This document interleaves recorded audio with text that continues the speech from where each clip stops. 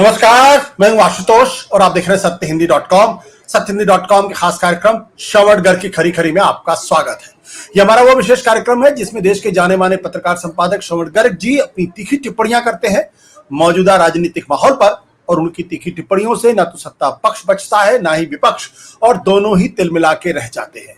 आज फिर हम श्रवण जी से जानेंगे कि दरअसल बंगाल में जिस तरीके से ममता बनर्जी चारों तरफ से घिर गई हैं बलात्कार कांड की वजह से, और उनकी सरकार और पुलिस पर जितने गंभीर आरोप लग रहे हैं, ऐसे बहुत सारे लोगों का यह कहना है कि दरअसल ये ममता बनर्जी के लिए बिल्कुल उसी तरीके का कांड हो सकता है जैसा कि नंदीग्राम में हुआ था, और तब लेफ्ट की जड़ें पूरी तरीके से हिल गई थी और अंत में लेफ्ट सत्ता से दूर होती हुई दिखाई पड़ी थी। क्या यह उसी तरीके का कांड है या क्या यह उसी तरीके का एपिसोड है, अभी तो फिलहाल कहना बहुत मुश्किल काम है, लेकिन इस तरीके की अटकलें जरूर बहुत तेजी के साथ लगने लगी हैं। लेकिन इस बीच जब इतना बड़ा कांड हो जिसपे पूरा देश उद्वेलित हो जाए, वैसे में क्या इंडिया गठबंधन को उनके साथ मजबूती के साथ खड़ा रहना चाहिए?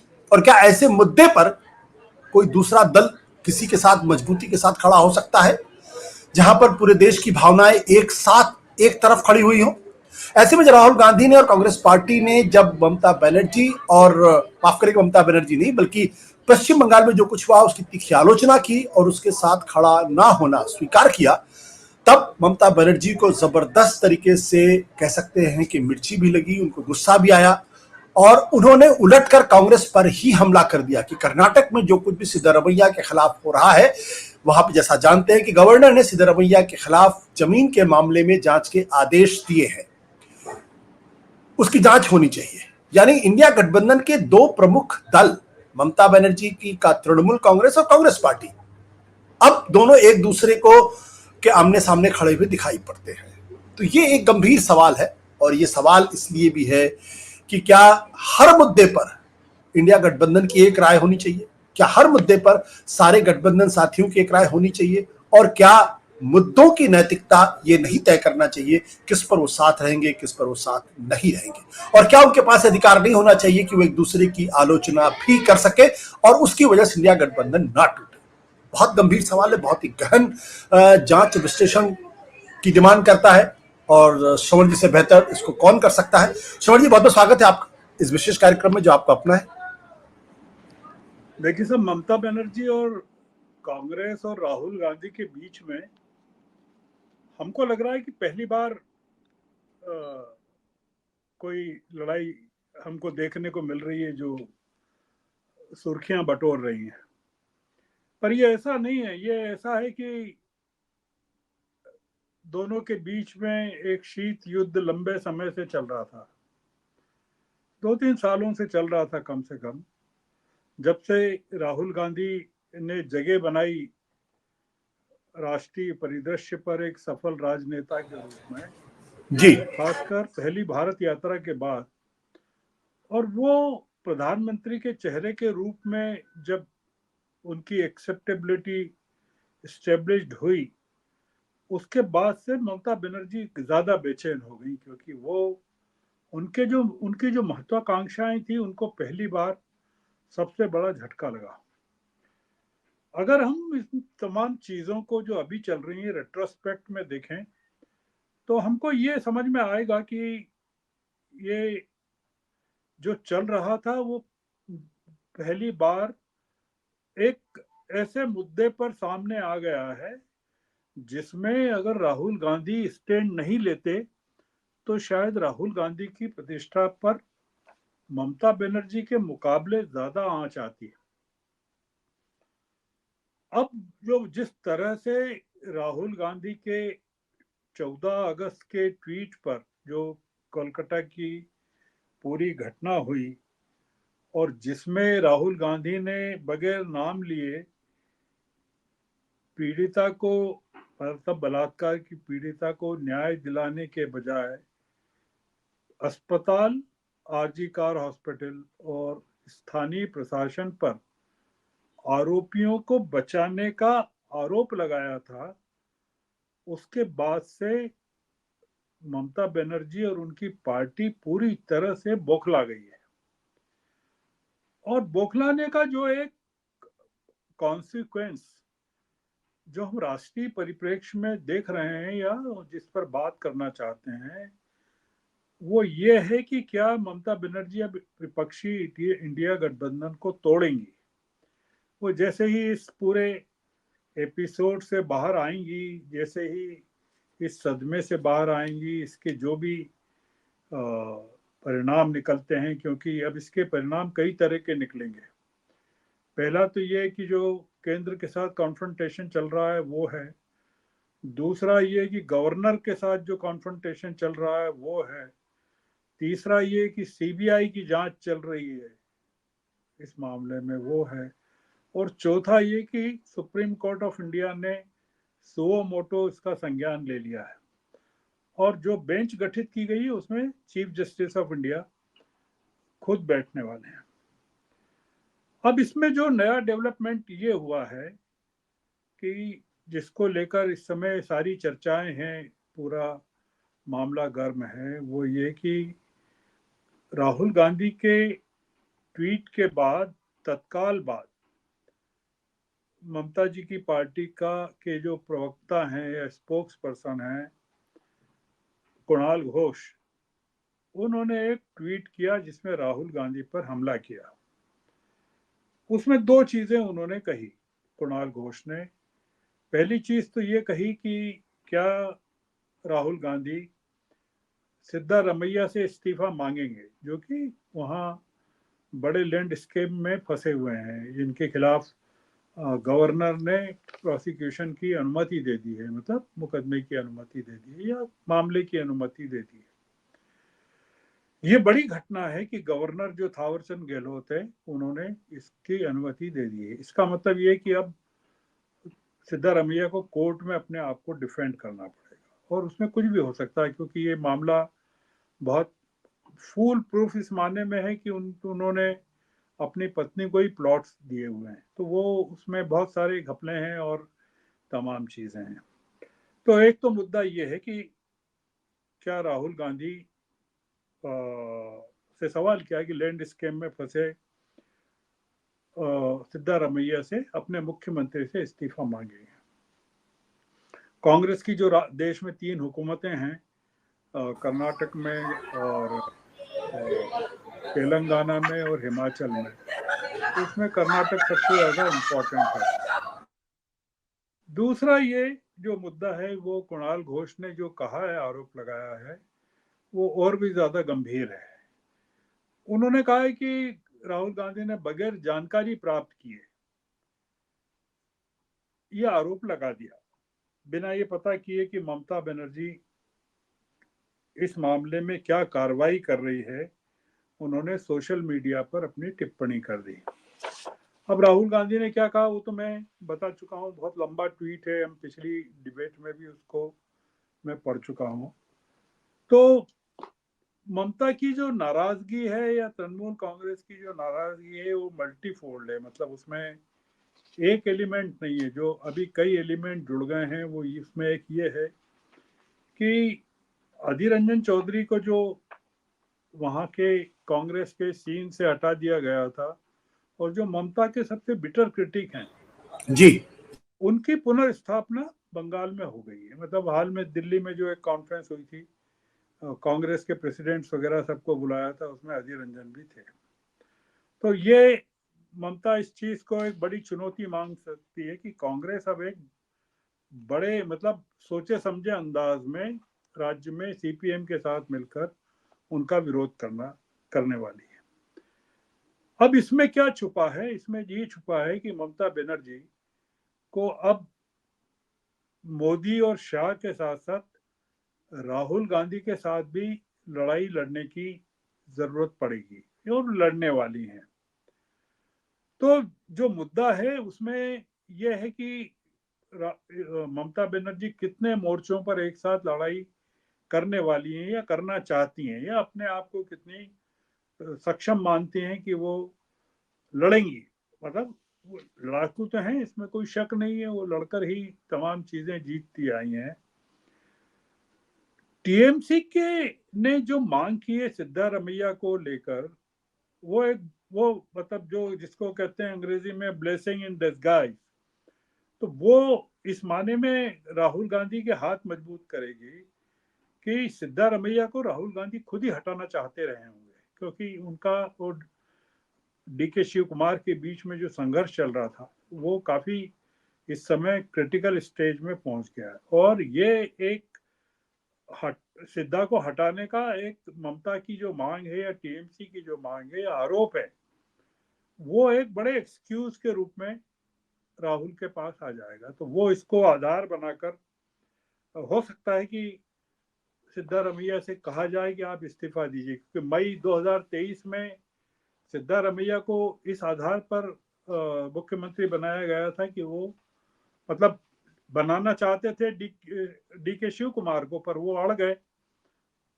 कुछ तो बैकवर्ड क्लासेस के अपने उसके कारण और कुछ अन्य कारणों से, और कि उन्होंने कहा कि ये मेरा आखिरी चुनाव है, इसके बाद में जनना है। फिर इस अंडरस्टैंडिंग पर कि वो 2.5 साल रहेंगे और 2.5 साल के बाद डी के शिव कुमार आ जाएंगे, इस पर उनको बनाया था, जबकि वो उनका कहना है कि वो 5 साल रहेंगे। दूसरा ये कि इसमें 2 पॉइंट ये है कि क्या राहुल गांधी ने बिना सोचे समझे कि टीएमसी की तरफ से क्या प्रतिक्रिया हो सकती है, उसके कॉन्सिक्वेंसेस क्या हो सकते हैं, वो ट्वीट कर दिया, क्या प्रतिक्रिया दे दी क्या? कोलकाता की जो 9 अगस्त की घटना थी, राहुल ने उस पर ट्वीट करने में 5 दिन लगाए, मतलब 14 अगस्त को किया, और राहुल के ट्वीट पर तृणमूल कांग्रेस ने तुरंत ट्वीट कर दिया। इसका मतलब यह है कि राहुल गांधी ने डेलिबरेटली और काफी सोच समझकर, ये मानते हुए कि इसके वो पूरी जानकारी प्राप्त करने के बाद, घटना के बारे में अपने सोर्सेज से प्राप्त जानकारी करने के बाद, और उस ये जानते हुए कि ममता किस तरह की पर्सनैलिटी है और उसके क्या कॉन्सिक्वेंसेस हो सकते हैं, उसको तोलते हुए उन्होंने, और ये भी कि सहयोगी दल उस पर क्या कैसे रिएक्ट करेंगे, राहुल गांधी के स्टैंड पर कैसे रिएक्ट करेंगे, क्योंकि इंडिया अलायंस में अरविंद केजरीवाल या अखिलेश के साथ कम से कम नॉन स्तर पर, ज्ञात स्तर पर ममता के बहुत अच्छे संबंध हैं, या डीएमके के भी कुछ हद तक काफी संबंध हैं। तो दूसरा मुद्दा ये कि उन्होंने काफी सोच समझकर इस चीज को समझकर कहा होगा, और तृणमूल कांग्रेस की जो रिएक्शन है बहुत ही स्पॉन्टेनियस है, तात्कालिक है।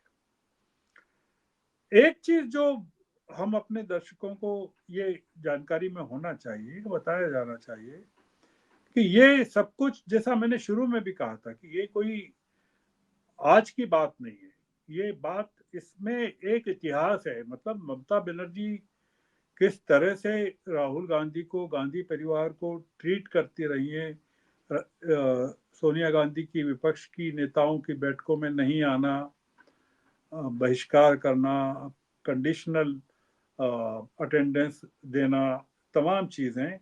मैं इसमें ध्यान दिलाना चाहता हूं कि मार्च 2023 में इन्हीं कुणाल घोष ने एक ट्वीट किया था, और जिसमें उन्होंने राहुल गांधी को एक बुरी तरह से असफल राजनीतिज्ञ बताया था उस ट्वीट में। और उन्होंने कहा था कि वो 2 बार उनको मौके मिले, राहुल गांधी को 14 में और 19 में, और वो मोदी को या बीजेपी को हटाने में असफल रहे, जबकि ममता बनर्जी तमाम कोशिशों के बावजूद सत्ता में बनी हुई हैं, और 2021 के चुनाव में ममता बनर्जी ने तमाम प्रयासों के बावजूद भारी सफलता प्राप्त की। ये कुणाल घोष का उस समय एक ट्वीट था, मैं पिछले साल मार्च की बात कर रहा हूँ जी। इसका एक सिरा और यह है कि कुणाल घोष के पिछले साल ट्वीट के एक दिन पहले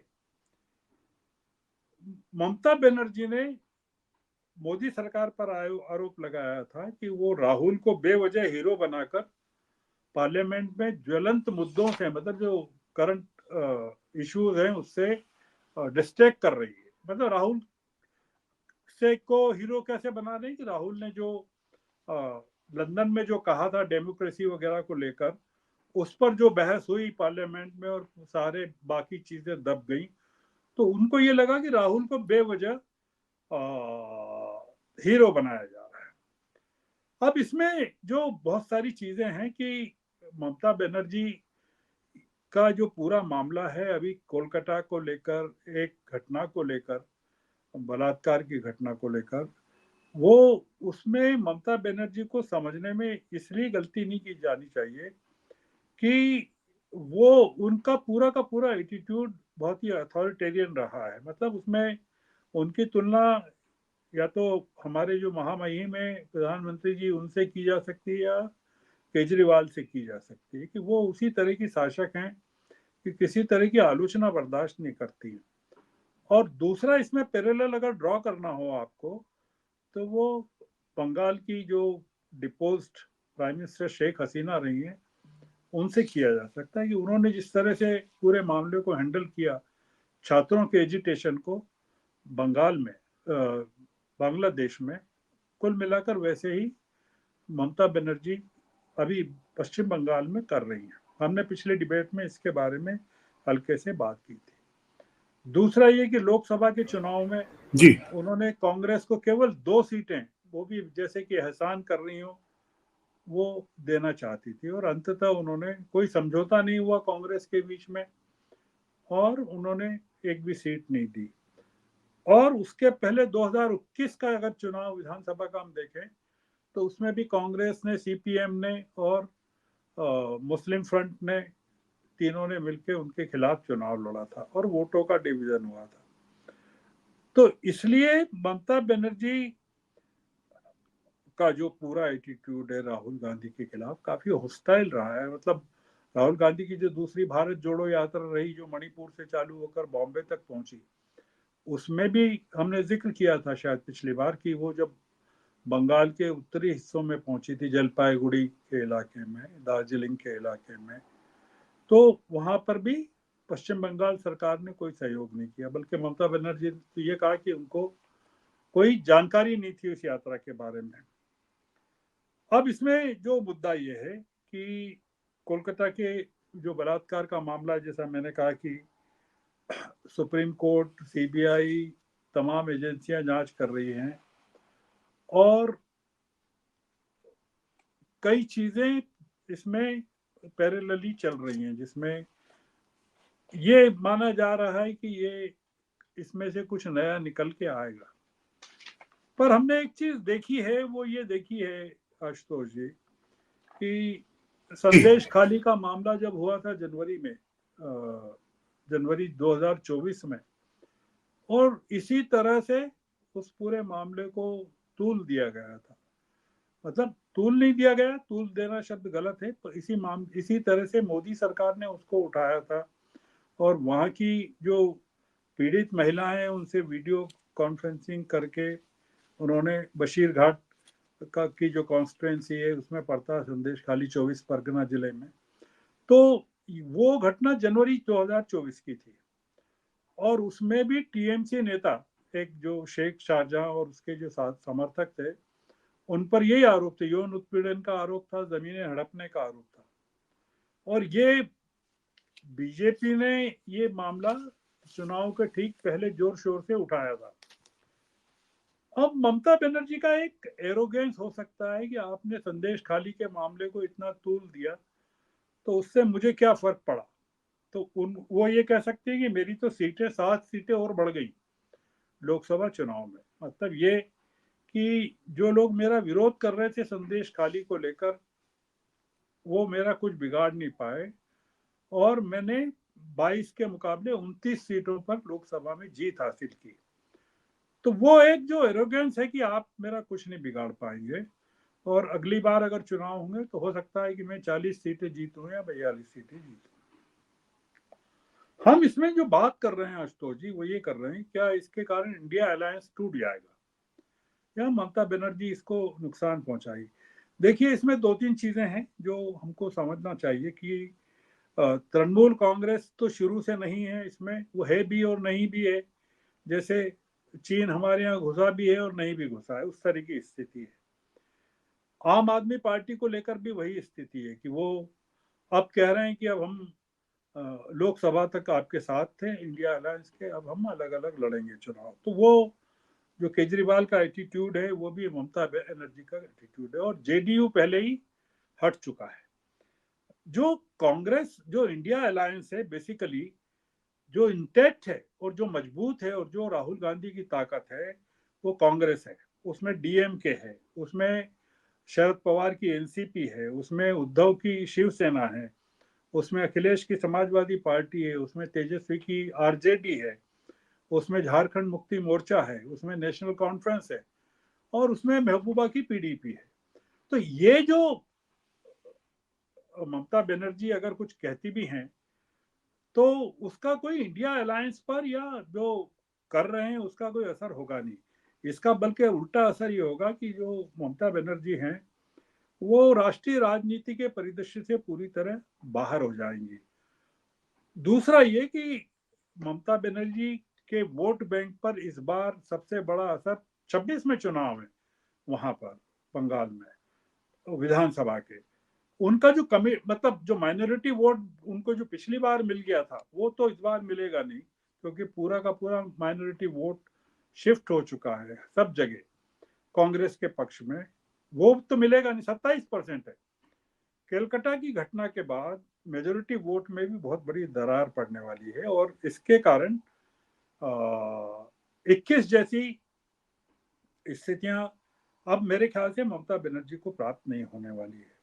तो अब सवाल यह है कि जो आखिरी पॉइंट ये है कि ये पूरे के पूरे घटनाक्रम ने राष्ट्रीय परिदृश्य से ममता बनर्जी को भी बाहर कर दिया है। मतलब जो एम्बिशियस लोग थे प्राइम मिनिस्टरशिप की के सपने देखने वालों में पहले नीतीश कुमार थे, वो बाहर हो गए, फिर हमारे केजरीवाल साहब बाहर हो गए, उसके बाद और अब ममता बनर्जी बाहर हो गई हैं।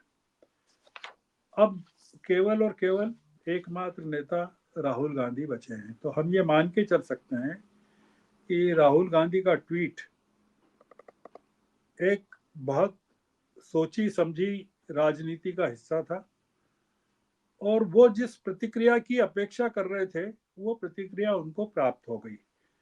तो मतलब ये कि जो सीज फायर का टूटना था वो टूट चुका है, और इंडिया अलायंस अब आगे क्या शेप लेता है वो स्पष्ट हो गया है। तो इसलिए जो सारी गलतफहमियां अब मेरे ख्याल से इंडिया अलायंस को लेकर दूर हो जाएंगी, और ये पूरा जो कॉन्फ्रंटेशन है अब राहुल गांधी इससे बाहर हो गए। मतलब अब ममता और मोदी सरकार, ममता और सीबीआई, ममता और सुप्रीम कोर्ट के बीच का हो गया। इसमें विपक्षी दलों की भूमिका अब समाप्त हो गई। जैसा आपने भूमिका में कहा था विपक्षी दलों को साथ जुड़ना चाहिए कि नहीं, साथ खड़े होना चाहिए कि नहीं, इसमें विपक्षी दलों की कोई भूमिका, कम से कम राहुल के नेतृत्व वाले विपक्षी दलों की कोई भूमिका नहीं है।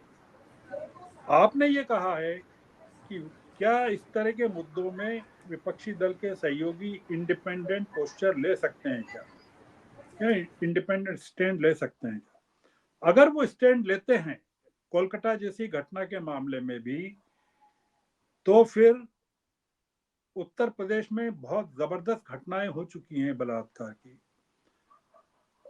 बिहार में काफी घटनाएं हो चुकी हैं, झारखंड में काफी इस तरह के उत्पीड़न के मामले हैं, उत्तराखंड में कई मामले हैं। तो उसमें विपक्षी दलों के सामने भी आगे के लिए बहुत बड़ी चुनौती पैदा हो जाएगी।